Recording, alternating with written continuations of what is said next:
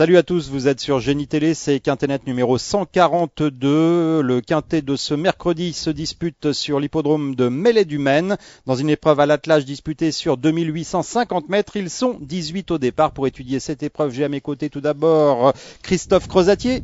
Bonjour à tous, bonjour messieurs. Et également Julien Van den Doren. Bonjour à tous. Messieurs, on va commencer immédiatement par le bilan de lundi. Ça a été tout simplement exceptionnel pour nos outsiders, un véritable festival. Olivier Brault, qui est là, à côté de moi. Là, regardez-le. Il est là, il est magnifique. Il vous proposait Talent de Groenhoff, qui s'est imposé à la cote de 21 contre 1. Et pour que la fête soit belle, Olivier Gallard a fait tout aussi bien, puisqu'il vous proposait un outsider Nocturne de Banne, deuxième à 41 contre 1. Le rapport du couplet gagnant, pour ceux qui ont eu la bonne idée de le faire, pour 1,50 €, 388 €. Voilà. Bravo, Olivier Brault. On en a plein les poches. On en a plein les poches, il me dit Olivier Brault. Je sais pas si vous l'avez entendu. Il est en train de travailler la réunion de Mêlée-du-Maine.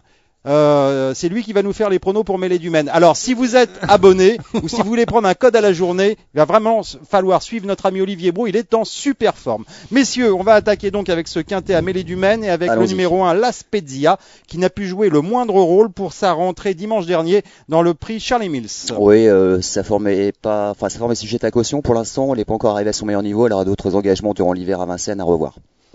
Julien. À revoir, elle n'est pas à 100%, en plus le lot est trop relevé pour elle, l'impasse est plus que tentante. Le 2, c'est Monte Giorgio, qui dépend de l'entraînement de Pierre Lévesque, mais il n'est pas très chaud, car Monte Giorgio n'a pas été revu depuis le début du mois d'août. Julien.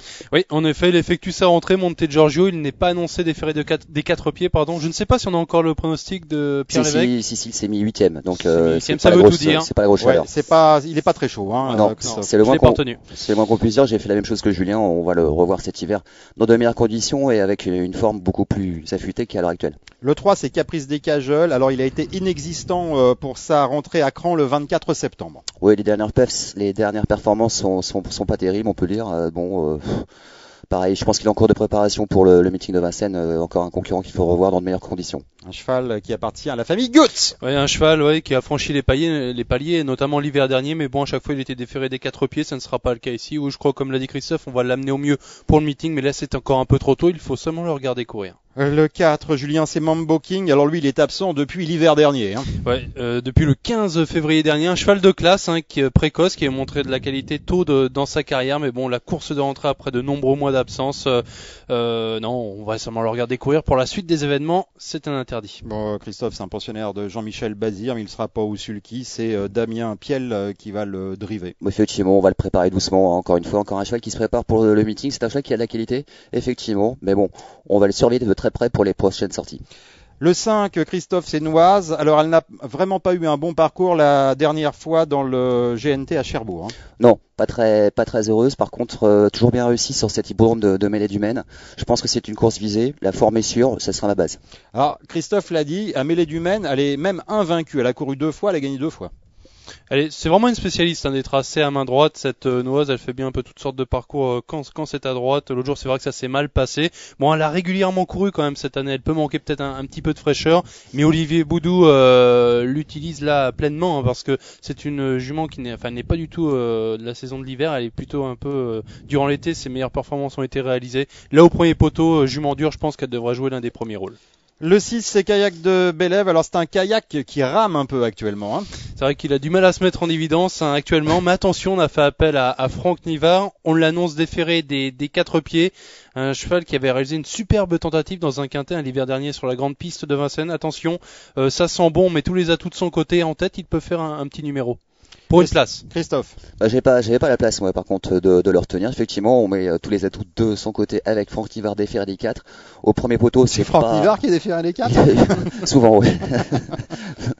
Allez, on passe au 7, l'écu du Donc, Vernet. j'ai pas retenu, en fait. C'est un regret pour conclure. C'est un regret. Hein. Ouais. Allez, le 7, l'écu du Vernet. Alors, il a battu Max de Guèze à la fin du mois d'août à Vincennes. Malheureusement, il n'a pas confirmé depuis. Non, c'est pas un modèle de régularité. On connaît sa qualité. C'est un cheval dur. Il lui faut quand même un parcours sur mesure. Au premier poteau, c'est quand même une chance régulière. Je l'ai retenu relativement haut. Julien. Si, ouais, je l'ai retenu relativement haut. C'est vraiment un très bon cheval, hein, celui qui du Vernet, dur à l'effort. Bon, ça s'est mal passé de l'avant-dernière fois. Il a dû fournir un gros effort pour venir se placer un petit peu en dehors. Il n'a pu soutenir le choc jusqu'au bout. Attention, là, il est au premier poteau. Je pense qu'il est capable de faire un numéro. Il est capable de marcher très vite sur un tel parcours. Il peut terminer dans les 3 premiers, à mon avis.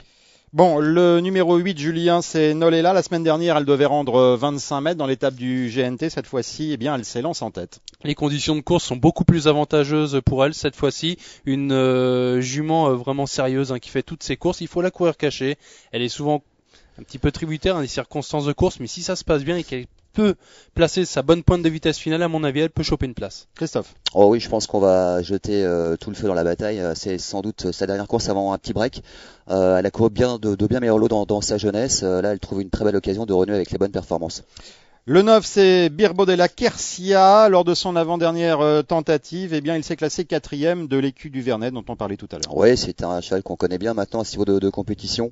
La dernière fois, c'était pas si mal. L'autre est peut-être un peu plus relevé. Christian Bijon, on l'a déjà mené. Il avait fait 3e dans le prix de Quercy, me semble, où Max de Gaz avait terminé 2e.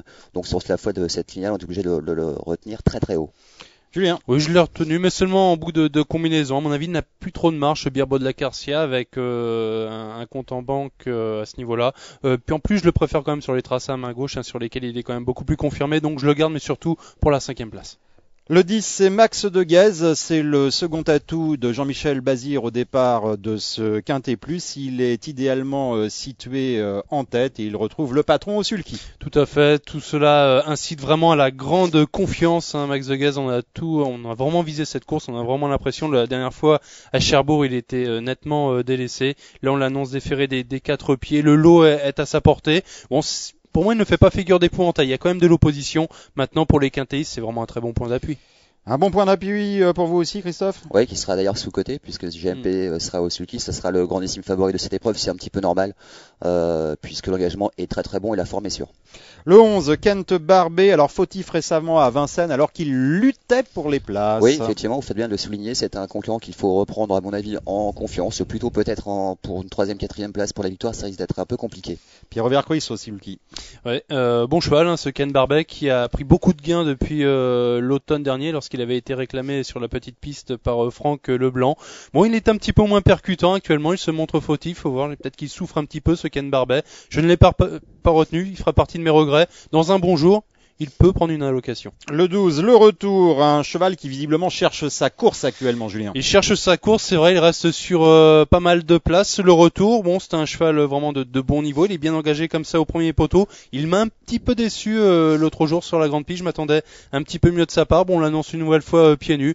Je le vois pas remporter cette épreuve, pour moi, il y a quand même mieux que lui pour la gagne, mais pour une place, c'est vraiment une bonne possibilité, ouais. Christophe? Oui, ça va de mieux en mieux, hein. Comme l'attestent ses dernières sorties, c'est un cheval qu'on a un petit peu de mal à cerner il y a quelques mois. Ça s'arrange, l'engagement est bon, une place effectivement est à sa portée. Ouais. Le 13, c'est Nefi, plutôt décevant actuellement, mais alors idéalement situé à la limite du recul. Bah voilà, c'est un concurrent qui pose un peu problème, comme vous le dites, ses dernières perfs sont moyennes. L'engagement par contre saute aux yeux à la limite du recul.